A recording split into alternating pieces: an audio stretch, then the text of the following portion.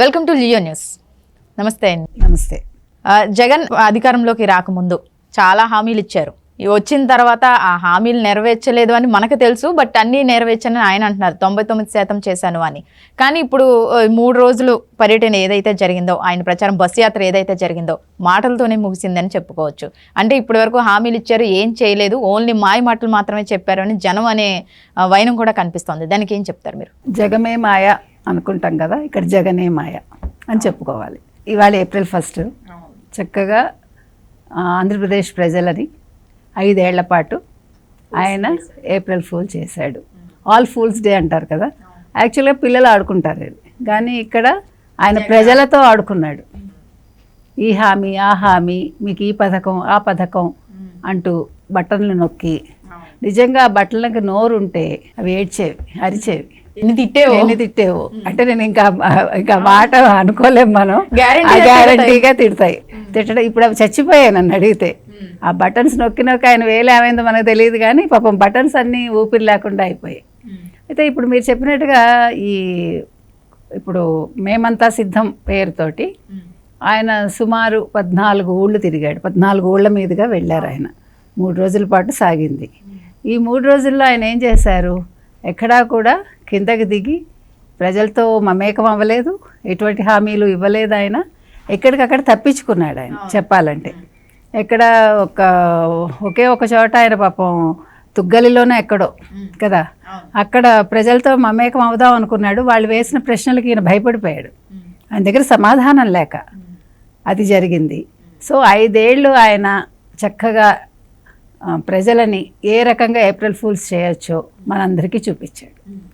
అదేదో జొన్నగిరిలో కొత్తూరు ఆడవాళ్ళు కూడా బిందెలతో రోడ్డు మీదకి వచ్చి మాకు నీళ్లు రావట్లేదు మా ఊళ్ళో అని చెప్పి ప్రశ్నించడానికి రోడ్డు మీద వస్తే కనీసం పట్టించుకోకుండా వాళ్ళతో ఏం మాట్లాడకుండా వెళ్ళిపోయారు. జొన్నగిరి బీసీ కాలనీలో జరిగింది అది. బీసీ కాలనీ మహిళలు ఏమన్నారంటే, మాకు నీళ్లు లేవండి, మాకు జొన్నగిరి చెరువు నింపండి అని చెప్పి అడిగారు. ఆయన ఏమీ చెప్పకుండా వెళ్ళిపోయాడు ఆయన. ఆ తర్వాత మీరు చెప్పినట్టుగా కొత్తూరులో పాపం వాళ్ళు బిందెలతోటి ఎదురొచ్చి, మాకు నీళ్లు లేవు మహానుభావా ముఖ్యమంత్రి గారు, మాకు నీళ్ళు ఇవ్వండి అని బతిమాలుకుంటే వాళ్ళకి ఎటువంటి హామీ ఇవ్వకుండా పట్టించుకోకుండా వెళ్ళిపోయాడు ఆయన. ఎందుకంటే ఆయన కడుపు నిండుతోంది, ఆయన దాహం తీరుతోంది కదా, ఆయన చక్కగా బిస్లరీనో ఏవో తాగుతారు. ఇప్పుడు ఆ కష్టం ఏంటో ఆయనకు తెలియదు కదా. ఓ పక్క ఏసీ బస్సు, ఓ పక్క కావాల్సినంత మినరల్ వాటర్ దొరుకుతుంది ఆయనకి, కావాల్సిన ఫుడ్ దొరుకుతుంది. జనాల గురించి ఎందుకు పట్టించుకోవాలి? ఆయనకి ఇప్పుడు ఏంటి, ఆయన ఇప్పుడు ఐప్యాక్ ఈ జగన్మోహన్ రెడ్డి బ్యాచ్ కలిసి మేము ఎన్నికల ప్రచారానికి వస్తున్నాము, మీరంతా సిద్ధంగా ఉండండి అని చెప్పి మొదలుపెట్టారు. దేనికి సిద్ధంగా ఉన్నారు వాళ్ళు? నువ్వు ఓట్లు అడగడానికి వచ్చినప్పుడు ఏ ముఖం పెట్టుకుని వచ్చి అడుగుతావు? First thing. సెకండ్ థింగ్, అడిగాక నువ్వు ప్రజలకి అసలు నువ్వు పట్టించుకున్నావా? అంతకుముందు మీకు గుర్తుందో లేదో, 2019కి ముందు ఆయన ఎన్నికల దీనికి వచ్చేటప్పుడు ఇంచుమించు 200 చిల్లర కిలోమీటర్లు 18 రోజుల పాటు పాదయాత్ర చేశారు ఆయన. చేసి నాకు ఒక్క ఛాన్స్ అంటూ అడిగాడు. ప్రజలు ఇప్పుడు ఆ ఒక్క ఛాన్స్ ఇచ్చి నమ్మారు. ఒక్క ఛాన్స్ ఇచ్చి ఇప్పుడు వాళ్ళకి బాగా తెలిసి ఉంటుంది, గుణపాఠం వచ్చి ఉండాలి ఈ లెక్క.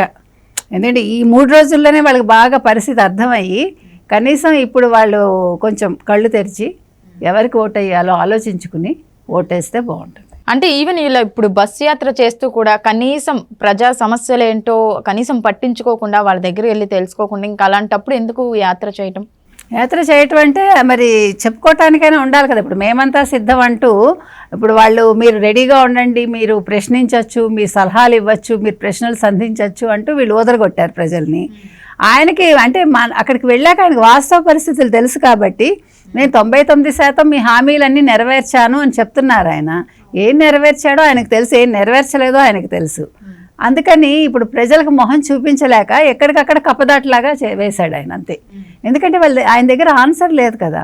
ఇప్పుడు బటన్ నొక్కేస్తే బటన్ నొక్కేవు కరెక్టే, అది కరెక్ట్గా ఎంతమందికి వెళ్ళింది, ఎవరికి వెళ్ళింది అనేది తెలియాలి కదా. ప్రజలకు కూడా తెలుసు ఎవరికి వచ్చిందో ఎవరికి రాలేదో, పథకాలు ఎంతవరకు చేరాయి అనేది. సో ప్రజల్ని ఇప్పుడు ఏ మొహం పెట్టుకుని చూస్తాడు ఆయన? సో మొహం చాటేశాడు ఆయన. ప్రజల దగ్గర.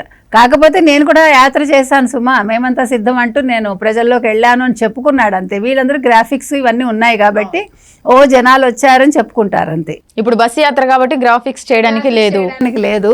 ఆ బస్సులో ఉన్నదే దండం పెడుతున్న ఫోటో పెట్టుకుని వెనకాల ఏదో వాళ్ళు మాయ చేసుకోవాలి. అంటే అక్కడ ఏవైతే నిజాలు ఉన్నాయో ఇప్పుడు బయటపడిపోయాయి కూడా జనాలు. ఇప్పుడు మనకి ప్రజాగళం ఇది రెండు ప్రజలు కంపేర్ చేసుకుంటున్నారు కదా, మనం చెప్పట్లా. అక్కడ వాస్తవ పరిస్థితులు కళ్ళెదుట ప్రతి ఒక్కళ్ళకి కనిపిస్తున్నాయి కాబట్టి ప్రజలు ఏమీ తెలివి తక్కువగా లేరు, అన్నీ చూస్తున్నారు. ఎందుకంటే చాలా తెలివైన వాళ్ళమ్మా వాళ్ళు, అంటే మంచి వాళ్ళు కాబట్టి ఒక అవకాశం ఇచ్చారు. ఒక అవకాశంతో వాళ్ళకి జీవితకాలానికి సరిపడా గుణపాఠాలు జగన్ నేర్పించేశారు కాబట్టి మళ్ళీ అలాంటి పొరపాటును కూడా చెయ్యరు వాళ్ళంతే. అంటే ఇక్కడ ఒకటి మాట్లాడుకోవాల్సింది ఏంటంటే ఆయన బస్సు యాత్రతో వచ్చారు కానీ అలా కాకుండా ఆయన ఏం చేశారో ఆయనకు తెలుసు, ఏం చేయలేదో కూడా ఆయనకు తెలుసు. అలా కాకుండా బస్సు యాత్ర కాకుండా ఇంతకుముందు చేసినట్టు పాదయాత్ర చేస్తే గనక ఏమైనా అవకాశం ఉండేదంటారా ఆయన? అప్పుడు కూడా ఉండదమ్మా. ఎందుకంటే ఇప్పుడు 5 ఏళ్ళు ఆయన ప్యాలెస్లో కూర్చుని ఏం చేశాడు? ఆయన ఏమీ చేయలేదు, అసలు ప్రజల్లోకి రాలేదు కదా. పరదాలు కట్టుకుని కూర్చున్న వ్యక్తి ఇప్పుడు సడన్గా పాదయాత్ర చేసేసినా సానుభూతి దొరకదు. దేనికి సానుభూతి? అప్పుడంటే తండ్రి లేని బిడ్డ, నేనేమో ఒక్క అవకాశం ఇవ్వండి అని ఒక ఛాన్స్ కోసం సింపతితో అప్పుడు వచ్చారు. ఇప్పుడు దేనికి సింపతి? నువ్వు 3 ప్యాలెస్లు కట్టుకున్నందుకు సింపతియా? హెలికాప్టర్లో తిరుగుతున్నందుకు సింపతియా?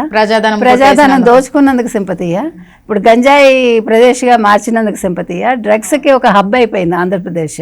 ప్రపంచంలో ఎక్కడ డ్రగ్స్ దొరికినా కూడా అవన్నీ ఇక్కడ లింక్ ఎక్కడ ఉంటుంది? మూలం ఆంధ్రప్రదేశ్లోనే, రూట్స్ ఇక్కడే ఉన్నాయి మనం. సో ఏ రకంగా చూసుకున్నా కూడా అసలు విద్యా విధానం ఎలా ఉందమ్మా? ఆయన చెప్తున్నారు కానీ ఎక్కడుంది విద్య? సరైన విద్య ఎక్కడుంది? ఇప్పుడు అమ్మఒడి ఇచ్చేస్తే విద్య వచ్చేస్తుందా? ఇవన్నీ ఎక్కడికి వెళ్ళిపోతున్నాయి? మళ్ళా సాయంకాలం అయ్యేసరికి ఈ మొత్తం పథకాలకు వచ్చిన డబ్బులన్నీ, ఒక ఫ్యామిలీకి, ఒక కుటుంబానికి వచ్చిన డబ్బులన్నీ సాయంకాలం ఎక్కడికి వెళ్తున్నాయి? మళ్ళా జగన్ ఖాతాలోకే వెళ్తున్నాయి. సో అందుకని ఆయన ఇప్పుడు ఒకవేళ పాదయాత్ర చేసినా ప్రయోజనం ఏమీ లేదు, ఆయన హెలికాప్టర్లో వచ్చినా ప్రయోజనం లేదు. కాకపోతే ఏంటంటే ఇంకా ఎక్కడో ఉంటుంది కదా, ప్రతి మనిషికి ఒక ఆశ అనేది ఇంకా చచ్చిపోదు కదా పూర్తిగా. ఇంత చేసినా కూడా ఆయన పరదాల్లో ఉన్నాడు కాబట్టి కళ్ళకు కూడా గంతలు కట్టుకున్నాడేమో ఆయన. అందుకే ఇంకా ఏదో ప్రజలు నన్ను నమ్ముతారు అనే ఒక భ్రమలో ఆయన వస్తున్నాడు ఇంకా ప్రజల్లోకి అంతే. ఆశ కాస్తే ఇప్పుడు బస్సు యాత్రతో నిరాశ అయిపోయింది, ఖచ్చితంగా అయిపోయింది. మరి ఇంక ముందు ఇంకా ఏం చేస్తారో, ఏ రకంగా ప్రజలను తప్పించుకుంటాడో ఆయన, మరి ఏం చేస్తారో మనం ఎదురు ఆల్రెడీ తప్పించేసుకున్నాడు. అదే అంటే ఇంకా ఉంది కదా ఇది బస్సు యాత్ర ఇంకా పూర్తిగా మేమంతా సిద్ధం పూర్తి అయిపోలేదు. అంటే నాకు అనిపిస్తుంది ఏంటంటే ఒకవేళ ఆయన బస్సు యాత్ర చేసినా ఇప్పుడు లాభమే ఉంటుంది. కనీసం కిందకి దిగకుండా వాళ్ళ సమస్యలు వినకుండా ఆయన మటుకు ఆయన అభివాదం చేసుకుంటూ వెళ్ళిపోతే దానికి లాభం లేదు అనిపిస్తుంది నాకైతే. అదే చెప్తున్నానమ్మా. ఇప్పుడు ర్యాంప్ వాక్ పెట్టుకున్నాడు ఆయన, మనం చూసాము. ర్యాంప్ వాక్ ఎవరు పెట్టుకుంటారు? మా నాన్న ఇక్కడ మోడల్సా? అంటే ఏంటి, ప్రజల దగ్గరికి వెళ్ళలేక ర్యాంప్ వాక్ అయితే దూరం నుంచి కదా ప్రజలు చూస్తారు. మనకి ర్యాంప్ వాక్ అంటే ఏంటో తెలుసు, దూరం నుంచి ఆడియన్స్ చూస్తారు మనని, మన ర్యాంప్ మీద నడుస్తూ ఉంటే. సో ఈయన అట్లా అభివాదం చేసి వెళ్ళిపోతున్నాడు ఈయన. సో అక్కడ కూడా చాలా జాగ్రత్తగా ప్లాన్ చేశారు. ఆయనకి ఎవరు ప్లాన్ చేశారో కానీ, మరి ఐపాక్ వాళ్ళు చేశారో, మరి వాళ్ళ టీం చేసిందో కానీ, అంటే ప్రజల దగ్గరికి వెళ్లకుండా ఎట్లా తప్పించుకోవచ్చు అనేది ముందుగా వాళ్ళు సిద్ధం చేసుకుని మేమంతా సిద్ధమని వచ్చారు అంతే.